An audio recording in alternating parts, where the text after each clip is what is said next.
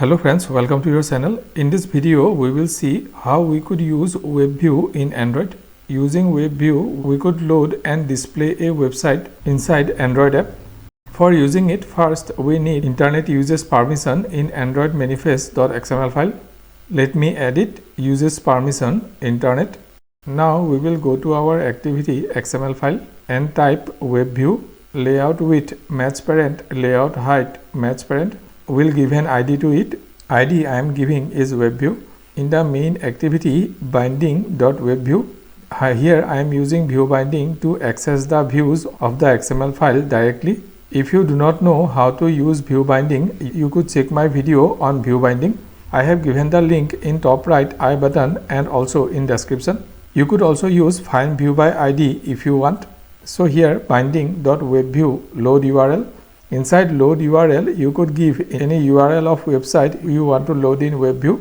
I am here loading www.google.com. Then need to enable JavaScript. WebView.setting.javascript enable true. After this, WebView.webview client assign an instance of WebView client.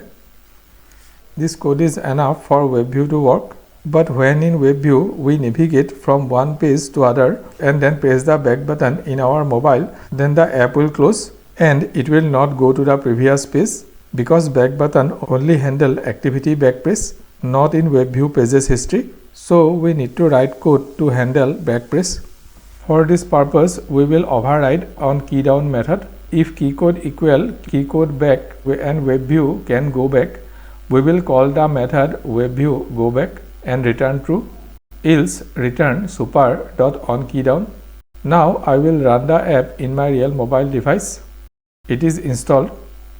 In the WebView, google.com is loaded. I have searched Android development and have gone to a different page. Now I will click the back button in my mobile, which return me to the previous page. And finally, on clicking the back button, the app will close.